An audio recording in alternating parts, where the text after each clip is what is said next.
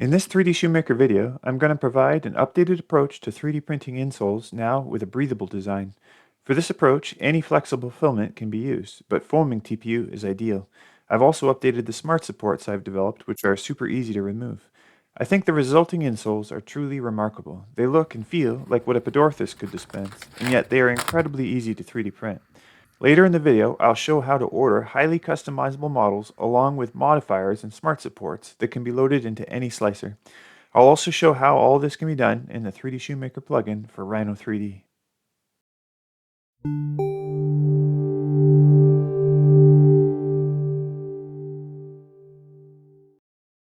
In a previous video, I demonstrated how foaming TPU can be used to 3D print an insole. The resulting feel of the insole was a huge step up from common 95A TPU insoles. The foaming TPU gives more of a canvas or neoprene feel. Plus, you can print it quite fast relative to the softness achieved, as it only becomes soft after exiting the extruder. But where it still fell short was breathability. This is something I addressed with the latest 3D printed shoe design I worked on. The solution was quite simple. I just didn't print any perimeters for certain regions, exposing the permeable infill pattern. This got me thinking that a solution like this could work with insoles too. So that's what I've done in this latest iteration. As far as orientation, I found the best results come from printing nearly vertically. This reduces striations and also islands, which should be avoided with such a stringy filament as foaming TPU.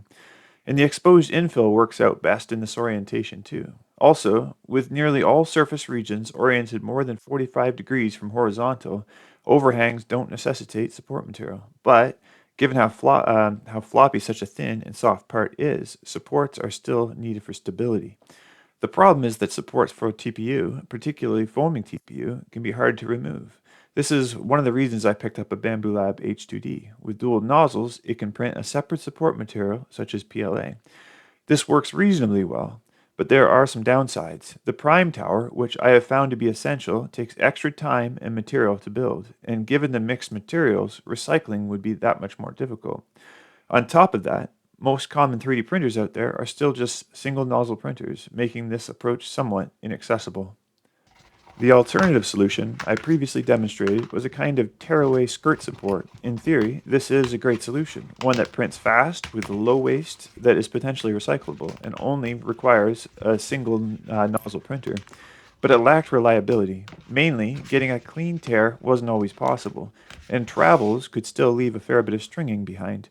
The solution I've come up with for this latest iteration is to also print a casing support. It's a kind of offset shell of the insole outer surface. It has enough of a clearance gap to ensure it doesn't bond too strongly with the part itself, making for easy removal. A small section is also added to support the toe part of the casing, allowing for close to vertical printing. The casing also serves as a kind of shield from stringing that occurs from travels between multiple insoles in a single print. Overall, I've found this to be an excellent solution that checks all the boxes. That being said, I do find some benefit to doing some post-processing. Specifically, there can be spots where printed filament sticks up from the surface, creating a bit of roughness. But this is easily fixed by softening with a heat gun and applying pressure to smooth things down. A toaster oven could probably also work for more global heating up. As far as slicer settings, the main thing with foaming TPU is to get the temperature and flow ratio right. Increasing the temperature increases the foaming, making the insole softer, but also requiring lower flow ratio so things don't get overcrowded. Whatever foaming TPU you go with, the manufacturer should give the range. I'll list my preferred material in the description of this video with preferred temp and flow ratio. As far as hardware, I like to print with a 0.6mm nozzle, which allows for faster printing with a higher max volumetric speed, usually around 10 mm cubed per second. I set the breathable core to have 0 perimeters and top and bottom shell layers with 30% cross-sag infill. Another less common setting I adjust is retraction, which I like to set to 0.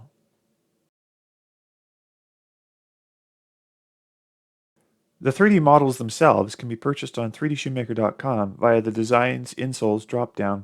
You can choose whatever size you want in the various common sizing systems, or if you are a shoemaker purchasing a shoe last, you can have it designed to fit that. Then, in the supports and modifiers section of the ordering form, you can choose to include smart supports and the breathable core. Then there is also the top cover modifier, though I haven't done as much testing with that yet. Once you have the models, you can just drag and drop these into your slicer. And for future designs, you can just use the replace STL feature if your slicer has it. Also, on the ordering form, you'll find various footbed customizations, such as arch height and a growing list of insole features. There is also a full bespoke foot model option.